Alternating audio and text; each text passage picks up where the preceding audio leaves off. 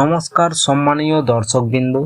তো ration card নিয়ে আরেকটি গুরুত্বপূর্ণ আপডেট নিয়ে চলে এসেছি আপনাদের সামনে।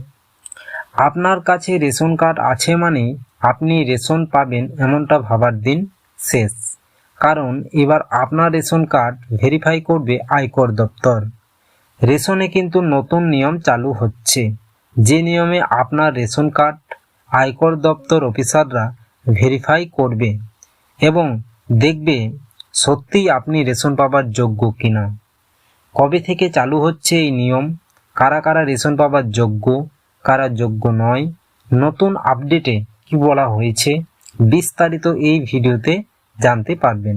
তাই ভিডিওটি আপনার কাছে খুবই গুরুত্বপূর্ণ হতে চলেছে, তাই ভিডিওটি একটু স্কিপ না করে শুরু থেকে শেষ পর্যন্ত দেখবেন। এবং আপনি যদি চ্যানেলের নতুন দর্শক হয়ে থাকেন তো চ্যানেলটিকে সাবস্ক্রাইব করে পাশে থাকা বেল আইকনটিও প্রেস করে দেবেন এই রকম ইনফরমেটিভ ভিডিও পেতে। তো দেরি না করে ভিডিওটি শুরু করা যাক। বাতিল হতে পারে বহু রেশন কার্ড, আপনি যোগ্য কিনা পাই টু পাই হিসাব নেবে আয়কর দপ্তর। রেশন প্রাপকদের জন্য রইল জরুরি খবর। এবার আগামী দিনে বিনামূল্যে রেশন পাওয়া কিন্তু সহজ হবে না।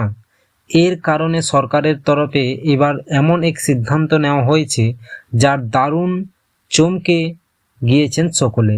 একটু এদিক ওদিক হলেই সে এমনি রেশন হোক কিংবা বিনামূল্যে রেশন হোক, কিছুই মিলবে না। জানা গিয়েছে যারা দীর্ঘদিন ধরে রেশন নিয়েছেন তারা আদৌ রেশন পাওয়ার যোগ্য কিনা সেটা খোঁজে বের করবে আয়কর দপ্তর। হ্যাঁ, একদম ঠিকই শুনছেন। বাতিল হওয়ার মুখে বহু রেশন কার্ড, বিনামূল্যে রেশন গ্রহণকারী অযোগ্য ব্যক্তিদের বাদ দিতে আয়কর বিভাগ নতুন তথ্য ভাগ করবে। প্রধানমন্ত্রী গরিব কল্যাণ অন্ন যোজনা PMJKAY এর আওতায় সুবিধাভোগীদের তালিকা থেকে অযোগ্য ব্যক্তিদের বাদ দিতে আয়কর বিভিন্ন খাদ্য মন্ত্রকের সঙ্গে তথ্য ভাগ করে নেবেন। PMJKAY অধীনে দরিদ্র পরিবারগুলিকে বিনামূল্যে রেশন দেওয়ার সঙ্গে অধীনে দরিদ্র মানুষগুলিকে বিনামূল্যে রেশন দেওয়ার হোক যার আয়কর দেয় না। ঠিক আছে, সরকার 2025-26 অর্থবর্ষের বাজেটে PMJKAY এর জন্য 2.03 লক্ষ কোটি টাকার বরাদ্দ করেছে, যা চলিত বছরের সংশোধিত প্রাক্কলন 1.97 লক্ষ কোটি টাকার চেয়ে বেশি। দেশে কোভিড-19 মহামারীর কারণে অর্থনৈতিক মন্দার কারণে দরিদ্র অভাবী মানুষের কষ্ট লাঘব করার লক্ষ্যে প্রধানমন্ত্রী গরিব কল্যাণ অন্ন যোজনা চালু করা হয়েছিল। তবে সরকার PMJKAY এর অধীনে বিনামূল্য খাদ্যশস্য বিতরণের মেয়াদ 1 জানুয়ারি সঙ্গে কাজ করবে খাদ্য মন্ত্রক ও আয়কর বিভাগ। কেন্দ্রীয় প্রত্যক্ষ কর বোর্ডে CBTD একটি অফিস নির্দেশ বলেছে যে আয়কর সিস্টেমস মহাপরিচালককে খাদ্য ও গণবন্টন বিভাগে যুগ্ম সচিবকে তথ্য সরবরাহ করার ক্ষমতা দেওয়া হবে।